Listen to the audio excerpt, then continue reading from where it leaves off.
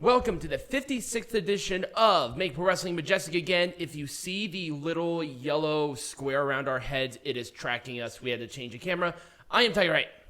Hello there. I'm Peanut Gallery. And so we have kind of a weirder show itself. So we're talking about wrestlers who have conflicts with promotions. Yes. And how that developed more of an open-ended discussion about what it comes out of it or what's coming out of it. Yep. And what's we're talking about the reasons that certain wrestlers and the reasons why wrestlers and companies would not agree on everything when it comes to their contracts. Conflicts and what happens and what's going on.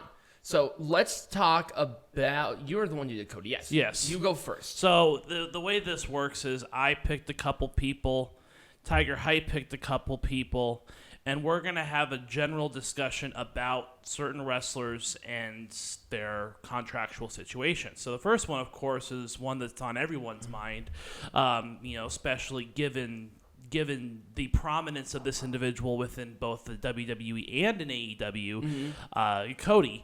And his situation was very unique in that not only was he cut off from a wrestling contract, but he was also cut off from an executive producer's contract as well at the same time. So that's kind of the reason why I wanted to bring that up, was just because of that unique situation that Cody was in. Now, Cody also wanted to become a world champion. Right. And he made an early decision within AEW to take himself out of the main event scene due to a stipulation, and also he did not want to get pushback from people putting himself into that position because they thought that it would have... they didn't want to see another Hulk Hogan in WCW situation. And the thing is, I don't think that was ever going to be a problem if they booked it correctly. Because look at Kenny Omega. He was an executive, and he was the world champion. But that was because the talent flow was there. Right. If he did that, we wouldn't have had that issue. Right. So, now, what exactly went on backstage to your knowledge on the power dynamic? So, from my knowledge, what happened was Cody asked for more money. And Tony Khan did not have the budget to be able to pay that, for Cody. Yes. So AEW has a certain budget that they want to spend on superstars. Now, he wasn't able to offer the amount of money that Cody asked for at the time because it wasn't within the budget, and they were hoping to negotiate a lower price in order for before their deal with TBS, Time Warner, had improved, and they were able to budget more money out for those superstars.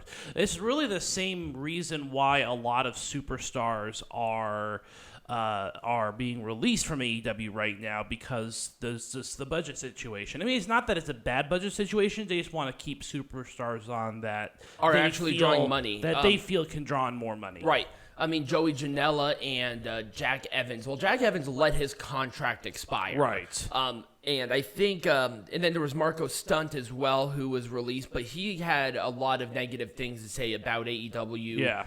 Joey Janela did as well, but I just never really saw that. This one actually makes an impact within the wrestling industry. Right. Was Cody going from one to another. Yeah. And especially given how he did the mockings of Triple H during entrances, and then him coming back. WWE does not hold a grudge because WWE understands business. And they saw the opportunity to bring Cody in because, number one, that's a big fire. But also, number two, he's a draw. Right. Now, he actually has a fan base. He actually has drawing power. Right. He never really had that pull back then, but he's really made himself into a success very much akin to Drew McIntyre. Yep. So that's kind of all I got as far as Cody Rhodes goes. The other two cases I have are a little more interesting, but let's move on to the next one here. And I'm going to talk about Kylie Ray. This one is a weird one. And we're going to talk about this because, of course, mental health is very important and you and I both wholeheartedly agree with that decision that she made. But the way in which she went about doing it was a little off-putting. Yes, I absolutely for companies, because not only did she do this with Impact, as if you follow Impact Wrestling back in, I think it was 2019, right? Yep. She was actually number one contender for women's champion and was unable to fulfill that contractual obligation. So that's why she was let go from that contract. But she also did in AEW. Actually, she was, I think, AEW's first ever contractual release because she could not fulfill the terms of that contract. And she even did it with the NWA, albeit very briefly. Yes, that's true. She did. She kind of learned her lesson. Now, like you said, I think the Impact Wrestling one was due to a relapse. Yes. And then the one with NWA, albeit very brief, she took that mental health. Right. So it's kind of a weirder situation with Kylie. Yes. As it relates to that, because I think it was not the reason, it was the actions that she took. Yes. That led to the release. Yes, that led to that mix-up. And I hate saying this because I think Kylie Ray is a great wrestler, and she's putting on awesome work within NWA right now.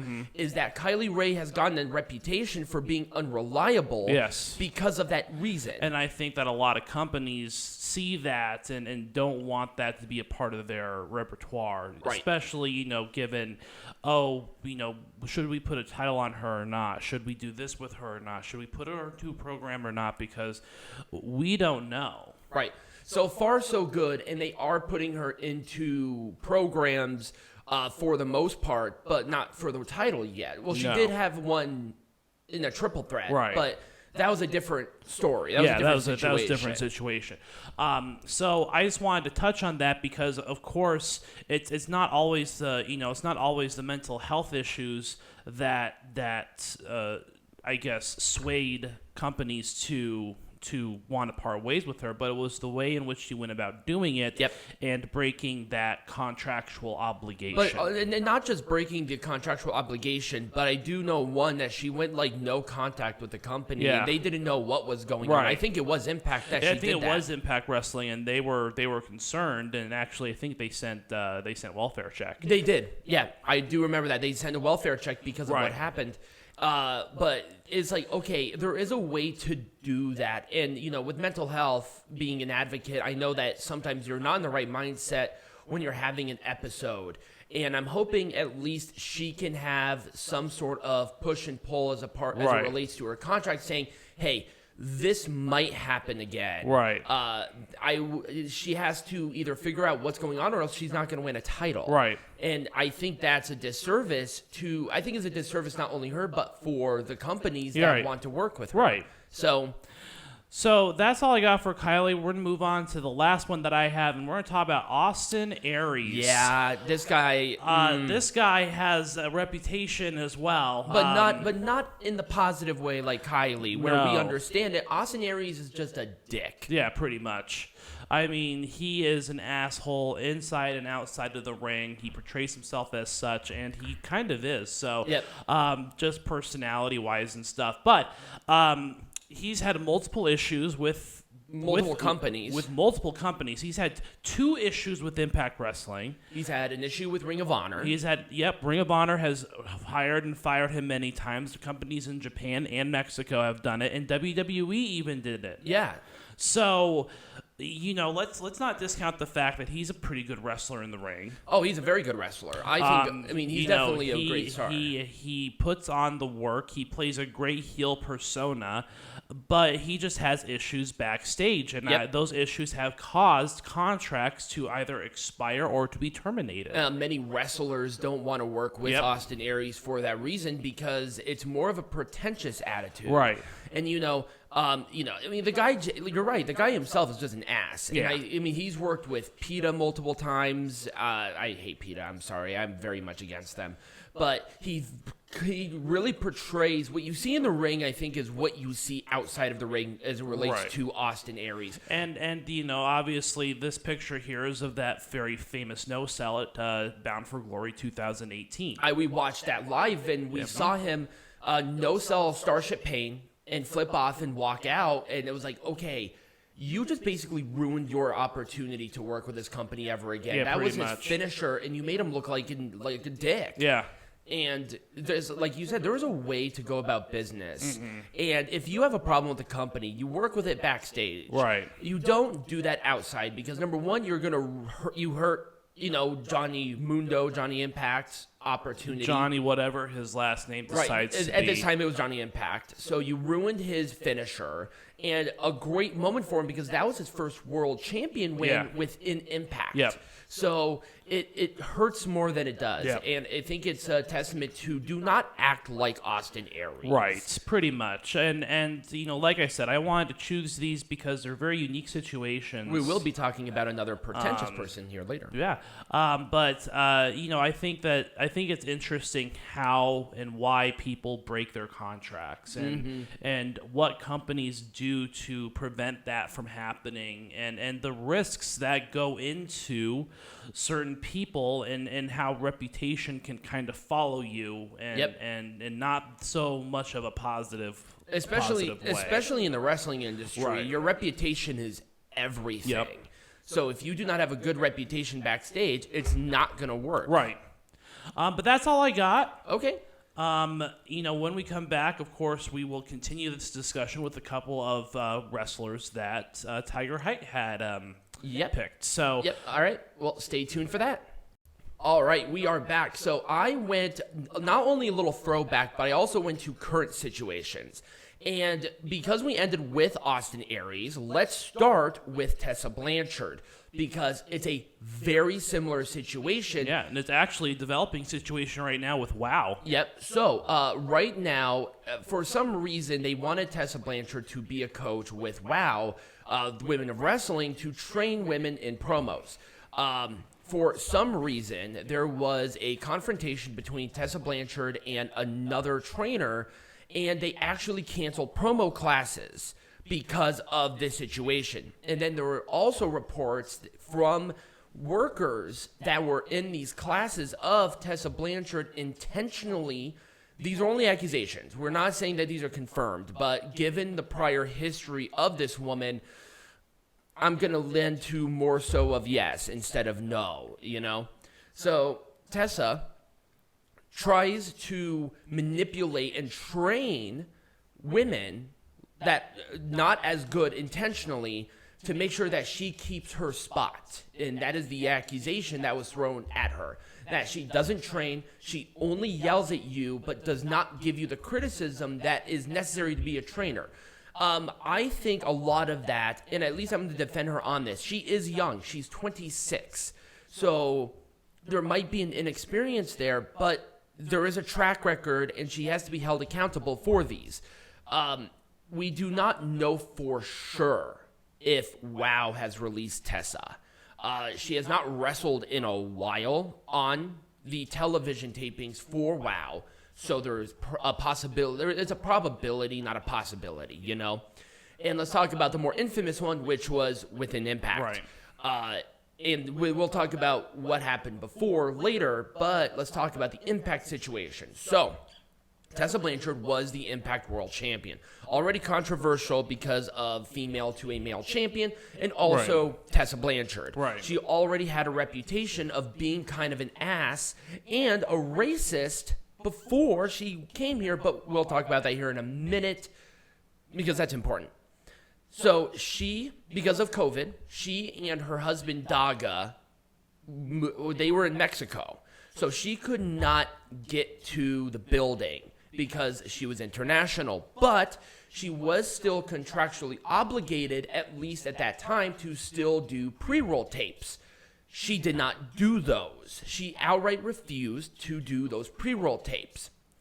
And not only that, but she held the championship because she still had physical possession of the Impact World Champion. She held it for, I think it was $10,000 in ransom to get more money out of Impact. I do not know what came out of that, but I think it was 2 or 3 rounds of tapings when they were doing it in Nashville.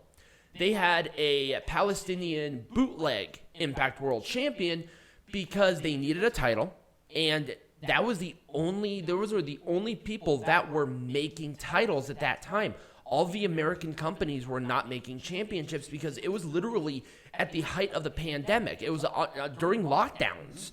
So that whole situation really put a sour taste in my mouth. Now, let's revisit the accusations of her racism and her bullying backstage, even when she was younger. And it's so unfortunate that these came out. Well, number one, she denied it. And people still perpetuate the fact that she yells at other female stars. She tries to control the matches when she is involved in them, despite her age. And then also, hard R N-word to multiple African-American stars. I don't care how young you are, that's unacceptable if they are true.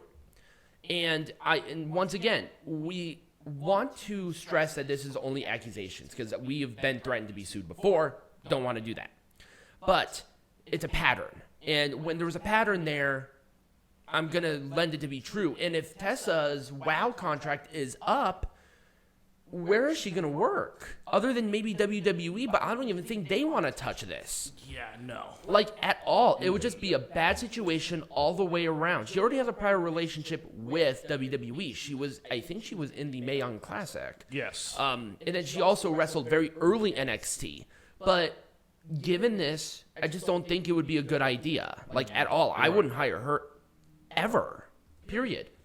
Let's talk about one in the past. This is Bruiser Brody. Now, Bruiser Brody he was very infamous for being tough with promoters. Not due to a ego stroke. Because number one, he did know his value as a competitor. I mean, he toured Japan a bunch of times. His style was very aggressive, but it really drew crowds. And this was like early mid-'80s when Brody was competing at the height. And he was a draw. He was Andre the Giant-esque draw, not around New York. So he had a problem with St. Louis all the time due to that. But he also fought for wrestlers' rights on working other places because he understood experience. And he even tried to take over some other promotions. I think he tried to take over a California-based promotion and also a Florida-based promotion, which caused a lot of issues there.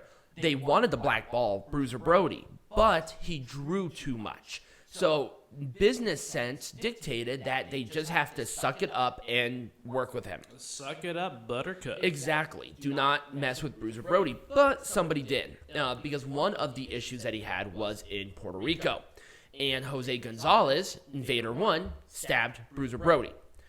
Allegedly, but obviously. So Brody died in the shower when he was going to be facing, I think he was faced, that was rude. So Bruiser Brody was going to be facing Dan Spivey, I think with Carlos Colon's promotion. Now, the thing is that Jose Gonzalez not only had investments with that company, which was super popular, but Bruiser Brody had a problem with, I think it was Carlos, and even Jose for booking, because Jose... What is that? I don't know what you're talking about. Oh, I'm hearing the Amazon go off for some reason. So, obviously Brody died, and Jose Gonzalez, and I think this is disgusting. There are a couple of different things that were absolutely vile about this. Number one, his perpetuation of facing off against promoters, I think in a good way for the rights of competitors, it costed him his life. And then not only that, but Invader 1 wrestled for another 30, 40 years. He retired in 2014. And not only that, on top of that, Carlos Colon started a program with Invader 1 implying that he was taking revenge for what happened in Puerto Rico. Mm-hmm. It's like, right. How can you sleep at night doing that? And I think it lost a lot of respect for competitors of the death because he had a good reputation with the boys. And they even banned themselves for going to Puerto Rico in protest of the death of Lee and also what happened with the trial because obviously there were no repercussions. It was just gone. So it's a very unfortunate situation with Brody and that conflict. And we wanted to bring up this topic because of what is going on right now with Kota Ibushi and his... he's trying to get fired from New Japan so he can work other places. So he's trying to intentionally get himself... he's trying to get his contract intentionally, broken. Yep. Because if he doesn't, because they're trying to keep him. So Kota Ibushi has sent out tweets pretty much. This is an ongoing situation. He has sent out multiple accusations of power harassment, for sexual harassment, and for bullying from a member of management named Kikuchi, who is a personal assistant to Gato. So one of the higher ups, but once again, only an assistant. So he has a lot of pull. Kota Ibushi has threatened to expose things about NJPW publicly through the media in Japan. From the sexual harassment from bosses to power harassment, because apparently this not only goes to New Japan, but this is actually even going towards Stardom stars. So that's really not a good situation. And Kota Ibushi says, I don't care. I don't care, and he's really upset. And this is a crazy situation. And apparently Hikaru Shida is also having issues with AEW because she was taken out of the tournament, which I thought was very interesting.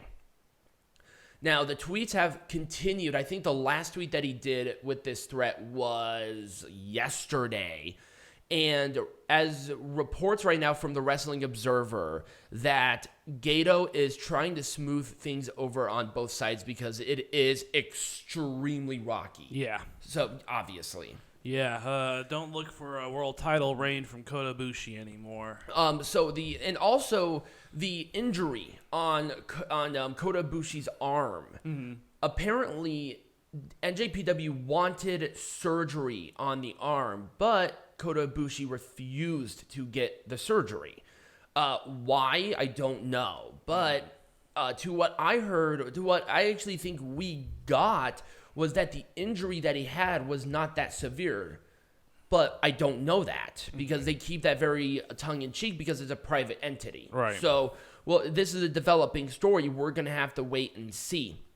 And here's the thing, is that companies will always do something that you're not going to like. Mm-hmm. And reacting to it in a certain way is going to keep your professionalism, not just in pro wrestling, but in your everyday life. Right. In a situation with Kota, he's doing this out of protest. Mm-hmm. I think he may be going about it the wrong way. Yeah. But that's just me. Right. It sounds like he's more frustrated than anything. Yeah.